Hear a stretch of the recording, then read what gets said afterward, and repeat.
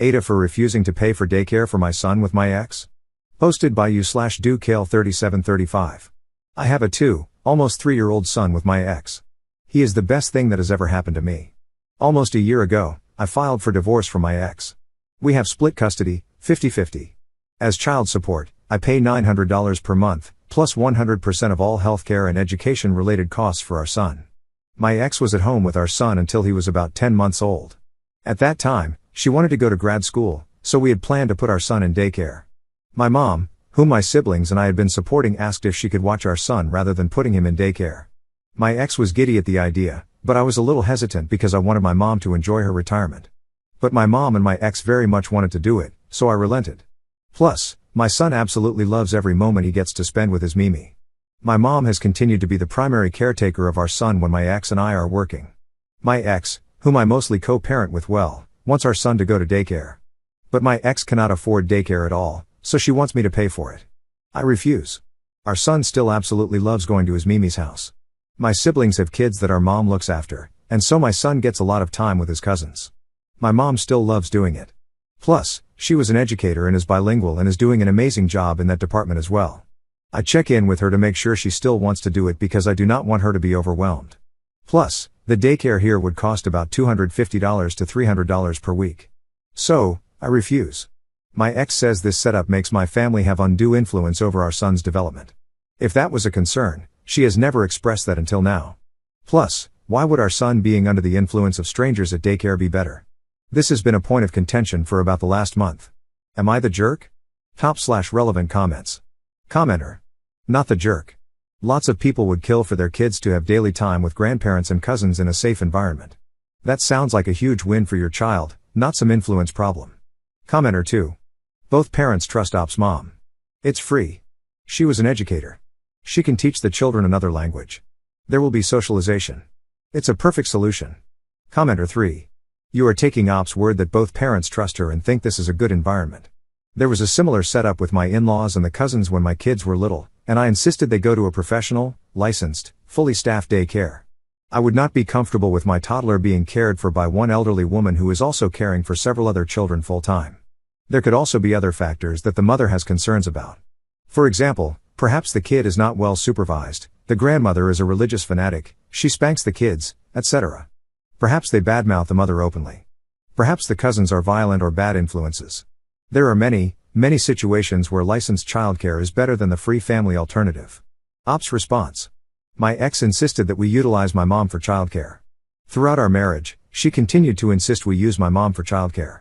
From 10 months old until he was 25 months, my mom was our childcare, and my ex expressed nothing but gratitude and appreciation for it.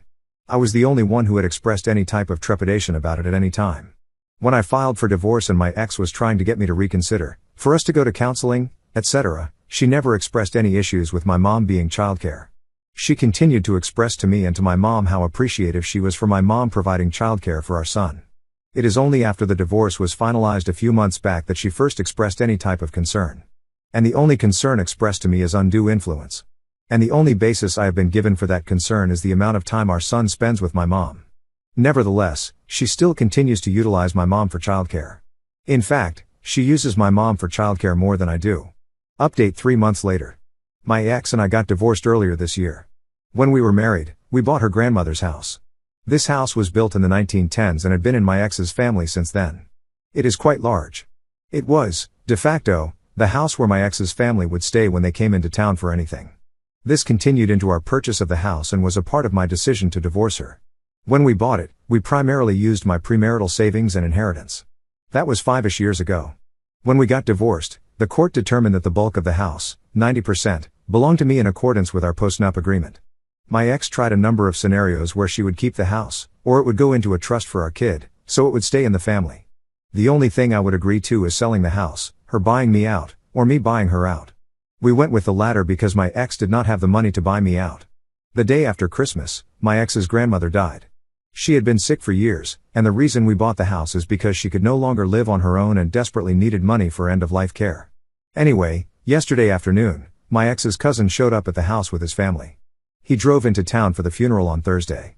Apparently, he and his sister texted my ex and said that they would be staying at the house, insider family term for my house, and she indicated she was okay with that. I called my ex and asked her why she volunteered my house for hosting people. She apologized and said she had been running around getting things done for the funeral. But, she asked if I would be willing to host because they really do not have space for people without using the house. I told her no, and that they need to get hotels or whatever other arrangements. She said they do not have money to get everyone hotels and people are struggling financially. That there is plenty of extra room in the house. They could just be in the finished basement with their own bathroom, kitchen, entry, and exit. I told her no. She got quite upset and hung up on me. I told the cousin and his family that they cannot stay. Am I the jerk? Top/relevant comments. Commenter. Info, why did hosting family contribute to the divorce? Also, was she a stay-at-home mom? Ops response. Her family would show up whenever and however they wanted, generally would make a mess, and were generally rude or mean to me. Because of this, when we bought the house, one of my conditions was that it would be treated like our home, rather than the family house. We have a 3-year-old son. While we were married, before our son was conceived or born, she was going to school and working part-time. I paid all expenses. After our son was born, she continued to go to school and work part-time. I continued to pay all expenses. We waited until he was 10 months old before he started going full-time to my mom's house. My son was born October 2022. At that time, my ex was finishing out a second undergraduate degree with a graduation in May 2022. My ex finished the degree in May 2022. During my son's first 10 months, if my ex had class, had to work, etc., either I would be home with our son, my mom would watch him, or we would get a babysitter. Downvoted commenter 2. To me, this is a within your rights, but clear you're the jerk.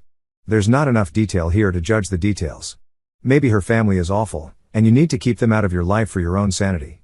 But it's easy for me to see this from her perspective. Privileged/rich boy says he loves her and wants to be with her, but actually knocks her up, leaves her, and uses his riches to screw her poorer family out of their generational home. Then won't even let people stay there temporarily when they're mourning the death of a family member. I don't know what's important to you in life, but it sure doesn't seem like it's kindness, love, family, or helping people. Ops response. Not rich or privileged. My parents are Haitian immigrants who refuse to go into debt for anything, refuse to spend more than 70% of their take-home income, and saved or invested the rest. I grew up in a 2-bedroom, 1-bathroom home in a neighborhood where most of my neighborhood friends' families were on food stamps. My ex grew up in a 4-bedroom house where she had her own room. She has family members out of state who could have easily bought the home. She has a godfather who is president of the largest local bank in our state. He could have bought the home, or lent her money to buy it from me. My ex's family, if they pooled their money, could buy the house. Instead, there was a lot of fighting among the family about the house until we bought it. I did not screw them out of the home. I would rather not have this home. My preference was that she buy me out or we sell it. She could not buy me out, and she did not want to sell it. But, after this experience, it might just be time to sell it and be done with it. Op to another commenter. I am not invited to the funeral. My son will not be at the funeral because he is too young. I did not want to buy this house, she did. So, no, I did not get my way in the marriage. Her lack of concern for what I wanted was one of the reasons we are divorced. Downvoted commenter 3. Your post said your cousin asked your wife, and she said yes, they could stay. She would never have said that if she had told you that you were not invited. Unless she asked you to look after the baby, and that is different than not being invited. Nobody is dumb enough, no matter how dumb they are, to think they would tell their ex they are not invited to her family funeral while asking them to host their family for said funeral. Nobody. So, yes, I don't believe you. Clearly, you were told you were not invited after said episode, which is logical. The biggest issue with what you did, other than being a complete jerk with zero empathy in a moment of great need, is you nuked your relationship with your son's mom's side of the family.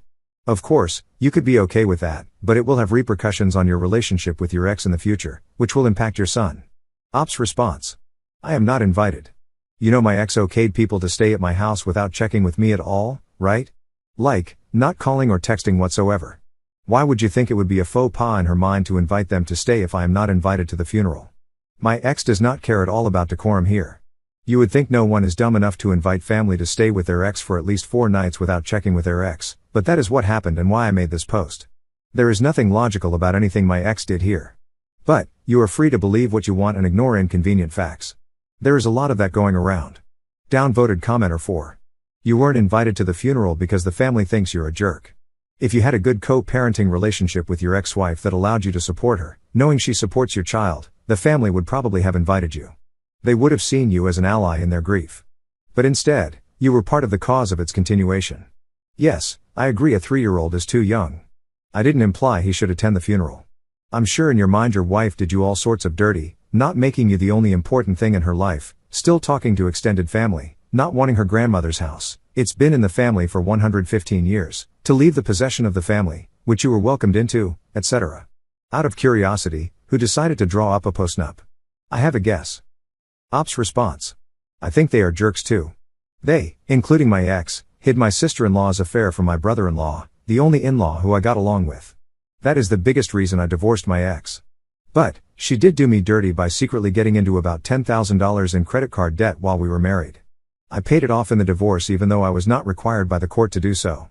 I was not welcomed into her family. At all.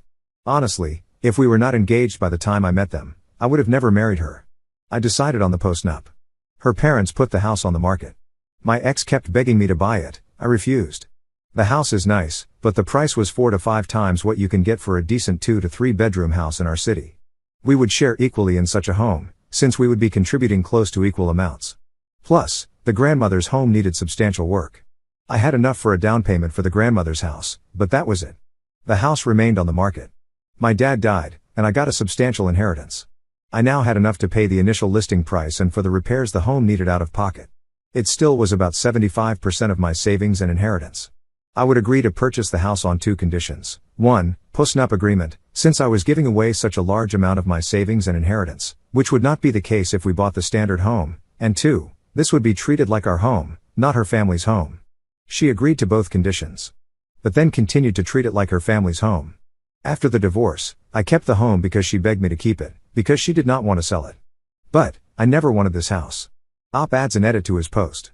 1. People seem to be assuming the house was discounted to us when we bought it. It was not.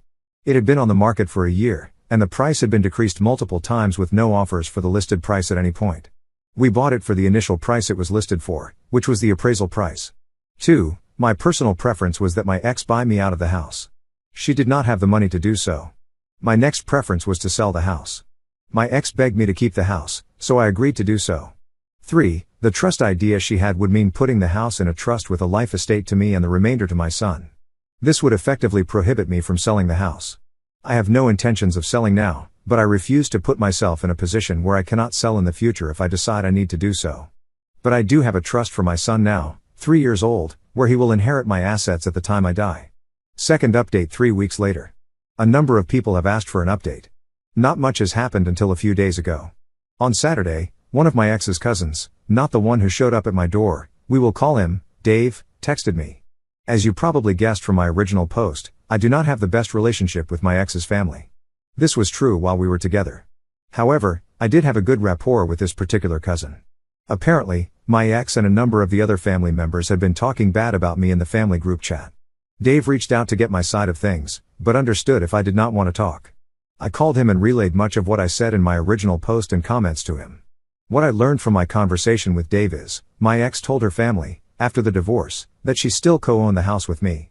That I do not abide by the court's order regarding expenses for our son, and that she cannot afford a lawyer to fight me on it. I set the record straight for him on both accounts. I own 100% of the house and bought her out of her 10% share.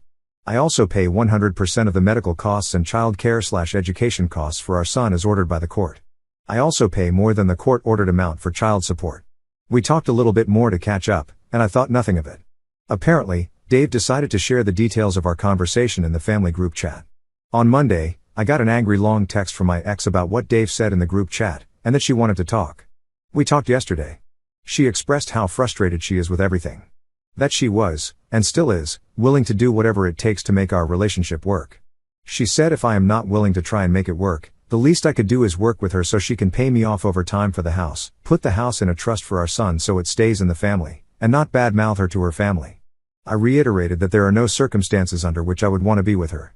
The least of which is that she is actively lying about me and our divorce to her family. I also restated that I will not let her pay me off for the house because it will take her decades to even pay me back for how much money I have put into the house, even if there was no interest. I will not put it in a trust because the type of trust she wants is specifically designed to prevent me from selling the house in the future if I need to do so. I also stated that I did not ask Dave to share any of our conversation, and everything I said to him was 100% factual. I told her moving forward, I am doing no more than what I am legally obligated to do for her. I will only pay the child support amount that is legally required, and not a cent more. I will put the extra I was paying towards the money I was already setting aside for our son. If she wants to buy the house, she can at fair market value.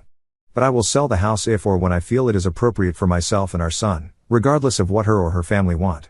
If or when I sell it, I will get the highest price possible, regardless of whether that person is part of my ex's family. And if her family keep being a problem about the house, it will probably be sooner rather than later. She left mad, but that is where things stand. Top/relevant comments. Commenter. Good for you. This was a nice update. I hope she felt embarrassed having her lies called out in the group chat like that. Commenter 2.